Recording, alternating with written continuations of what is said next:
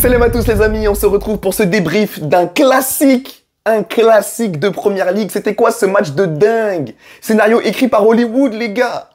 Qu'est-ce qu'on a vu? Il y avait tout. Des buts, on a eu 4 buts. Des blessures, des rouges, un but à la dernière minute. C'était un vrai match d'hommes, les gars, comme on aime. Et le pire, c'est qu'on avait peur. On avait peur que ce match soit un peu ennuyeux, puisqu'on restait sur 0-0 pour ces deux équipes-là en milieu de semaine en Ligue des Champions. Et on se dit, ouais, ça va ronronner, les équipes vont s'observer, il n'y aura pas de prise de risque. Mais que dalle, frère. Déjà, dès le début du match, hop, ambiance. Havertz qui met un gros coup d'épaule à Rodri, le décor était planté d'entrée. Donc non, vraiment, c'était un pur régal. On va revenir sur ce match complètement ouf. Je vous laisse liker pour donner de la force et des référencements. Et nous, on commence par les compos. Côté Arsenal, on a un fait marquant. C'est Ben White qui a été mis au repos, ce qui a décalé Timber à droite et titularisation de Calafiori à gauche. Côté City, on a Lewis cette fois-ci qui est laissé au repos avec notre ami Walker qui revient dans 11. Et là, pour ceux qui ont vu mon débrief de City en Ligue des Champions, je vous ai expliqué l'importance qu'avait Lewis dans ce nouveau système, dans cette nouvelle animation offensive que nous a concocté Pep Guardiola cette saison. Et là, tu te dis, comment va faire notre ami Guardiola s'il n'a pas le profil très particulier de Lewis dans son 11? Et ben en fait, c'est simple. Il va donner ce rôle incroyable à Gvardiol, qui lui aussi est un martien, qui lui aussi est incroyable. Donc, comme on l'a dit, on a ce 3-1-6 qu'on a développé dans le débrief Ligue des Champions. On va revenir dessus dans ce débrief-là rapidement, vous inquiétez pas. Et donc, ce qu'on apprend de Guardiola dans ce 11, c'est qu'il est capable d'inverser Rico Lewis dans la ligne d'attaque, mais de l'autre côté aussi, il est capable d'inverser notre ami Gvardiol dans la ligne d'attaque, et ces deux profils qui correspondent parfaitement. Comme je vous expliquais ici, on a ce 3-1-6, où donc on a un latéral à la base, hein, donc normalement on a Lewis qui vient, hop, jusqu'ici, boum, pour faire une ligne de 6 attaquants. Et là, il n'avait pas Lewis, donc il a mis notre ami Silva, et c'est Gvardiol qui est parti inverser en possession là. Et comme on peut le voir sur cette image, on a donc ce 3-1-6. Guardiola implique 6 joueurs offensivement, c'est tout simplement incroyable. Et on voit aussi sur cette image que le joueur le plus proche de Haaland, c'est le latéral gauche, Gvardiol. Et ce que j'aime beaucoup dans ce 3-1-6, c'est que la plupart des gens pourraient penser que 6 joueurs impliqués en attaque, défensivement, c'est compliqué, il y a un gros déséquilibre. Alors, c'est rendu possible ça, déjà grâce à Rodri, qui est hyper intelligent dans la lecture du jeu, etc. Mais globalement, au-delà de ça, ce qui vraiment rend viable ce système en 3-1-6, c'est deux choses. C'est que la ligne de 6, là, c'est pas une ligne d'attaque. C'est aussi la première ligne défensive. On a un contre-pressing de la part de ces joueurs-là qui est ultra actif. Donc, si ces joueurs-là étaient des attaquants et qui se comportaient comme des attaquants, à la perte de balle, ce serait catastrophique. Mais à la perte de balle, on a une réaction collective de tous les joueurs et finalement, ils protègent. Les premiers joueurs qui protègent Rodri et sa défense, c'est vraiment cette ligne qui attaque également. C'est pour ça que quand certains fans de Chelsea me disent « Mais non, on peut pas mettre Nkunku à la place de Enzo parce qu'après, t'as trop de joueurs en attaque et pas assez de défenseurs, etc. » En fait, Guardiola vous montre que si, c'est tout à fait possible, mais il faut que ton contre-pressing soit efficace. Et au niveau du repli défensif, comme on le voit, City, c'est pas des blagues. Sur l'image, on voit tous les joueurs de City, sauf Haaland et le gardien. Donc oui, Pep cette saison, c'est attaque totale, mais c'est aussi défense totale. Et il est bien obligé s'il veut que ce système soit viable.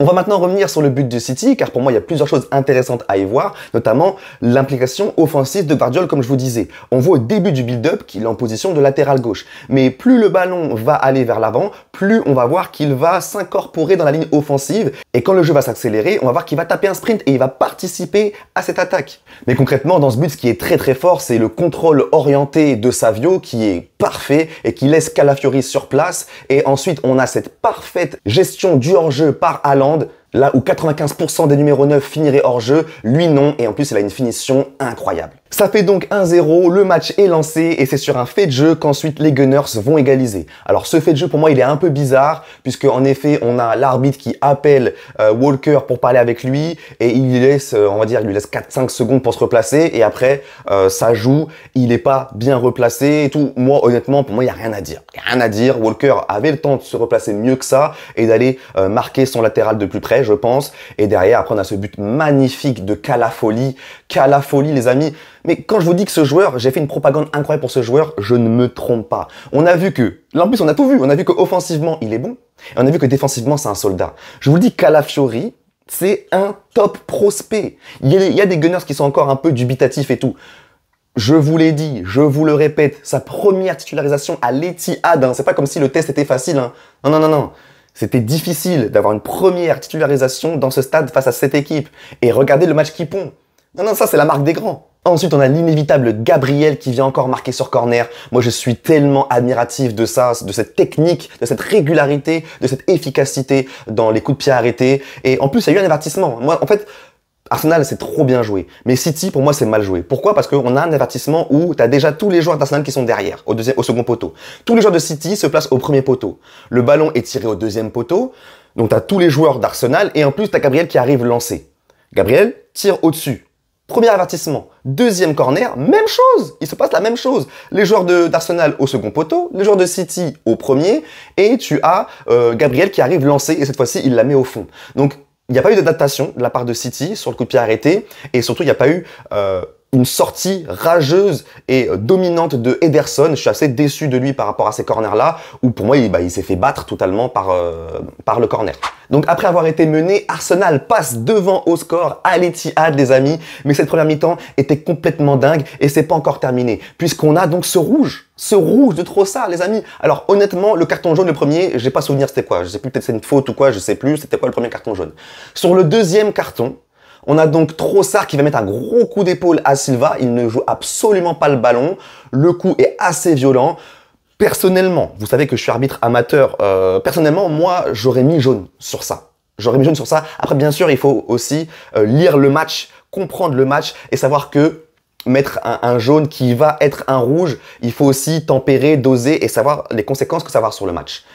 Le fait qu'il y ait cette grosse faute et que en plus derrière Trossard balance le ballon, pour moi c'est deux éléments qui font que oui tu dois mettre le jaune. Pour moi oui tu dois le mettre ce jaune là. Et à la mi-temps il me semble que la première ligue a déclaré que le jaune est mis du coup pour le fait que Trossard ait dégagé le ballon, pas pour la faute. Et dans les règles du jeu, dans les règles du football, le fait de faire perdre du temps sur une remise en jeu, c'est jaune. C'est la règle du foot, c'est ça. Retarder le jeu égale jaune. C'est la règle. Donc finalement, le deuxième jaune de Trossard est justifié. Le premier, je sais même plus, mais le deuxième, en tout cas, pour moi, il est justifié. Que ce soit la faute ou le dégagement derrière, il y a jaune. Et j'oubliais, mais oui, cette première mi-temps, c'était vraiment trop. Cette première mi-temps, c'était dingue, les gars. J'ai failli oublier la blessure de Rodri. Parce que oui, Rodri, le joueur capital, le joueur le plus important de City, se blesse. En plus, peut-être que ça peut être grave, on sait pas, on verra ça, mais... Du coup, ça réorganise et honnêtement, je pense que ça a beaucoup perturbé les Citizens, que ce soit tactiquement mais aussi mentalement. J'en suis persuadé. Et ce que ça a changé aussi, c'est que Rodri, enfin Kovacic, c'est pas Rodri. J'adore Kovacic et je trouve son entrée a été impressionnante, a été vraiment bonne. C'est pas évident d'entrer dans ce match-là et il est bien rentré dans ce match. Mais c'est que au lieu d'être en 3-1-6, on a un des joueurs de la ligne offensive qui redescendait un petit peu pour aider Kovacic au build-up. Parce que Kovacic, comme j'ai dit, c'est pas Rodri dans le build-up. On avait plus de séquences en 3-2-5 après la sortie de Rodri. Et c'est Silva, ce joueur tellement polyvalent qui va vraiment partout et qui a une qualité technique incroyable, qui venait de temps en temps aider Kovacic dans le build-up. On passe à la deuxième mi-temps, les amis, et sans surprise, Arsenal a dû faire le dos rond à 10 contre 11. Et ils se sont mis en mode soldat. Voilà, on a vu au début de la seconde période, ils se sont mis en rond. Rice qui donne de la voix et qui dit les gars, évidemment ça va être dur. Évidemment on va souffrir, mais faut tenir. Faut qu'on soit tous ensemble solidaires et ça va le faire. Donc ça c'était beau et ça a tenu pendant 52 minutes. Pendant 52 minutes, ils ont réalisé un exploit remarquable. Remarquable. Parce que défendre en bloc, il y a beaucoup d'équipes qui l'ont déjà fait. Quand tu as un joueur expulsé, après tu te mets en mode défense, beaucoup d'équipes le font ça. Mais la concentration, les gars, le faire pendant 52 minutes sans laisser quasiment rien à la meilleure équipe du pays. Tu leur as laissé quasiment rien, les gars. Le coulissement, la concentration, c'était parfait pendant 52 minutes. Mais sauf que Stones, il est arrivé à la 52e minute et 10 secondes.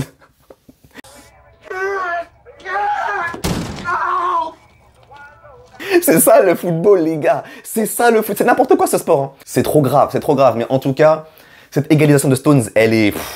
Moi, sur mon fauteuil, j'ai bondi. Mais j'ai bondi aussi sur le but de Calafiori. Quand Gabriel marque, je fais, mais wesh, c'est trop fort. En fait, ce match m'a donné tellement d'émotions, les gars. Et à la fin, 2-2, partage des points. Quand t'as un œil neutre, c'est le meilleur score, on va dire, parce que, voilà. Mais je pense que les Gunners peuvent être à la fois déçus et fiers. Mais fiers, pourquoi? Parce que ce que j'ai vu, ce que je vois sur ce début de saison d'Arsenal, et ce que j'ai vu en deuxième mi-temps, depuis très longtemps, j'ai pas vu une équipe qui peut clairement titiller, chatouiller le record de Chelsea, là. Vous savez, ce record de 15 buts encaissés en une seule saison de Première Ligue. Ça, pour moi, c'est un des records les plus imbattables dans le football. Mais s'il y a une équipe qui peut espérer challenger ce record-là, c'est cette équipe-là. Pourquoi?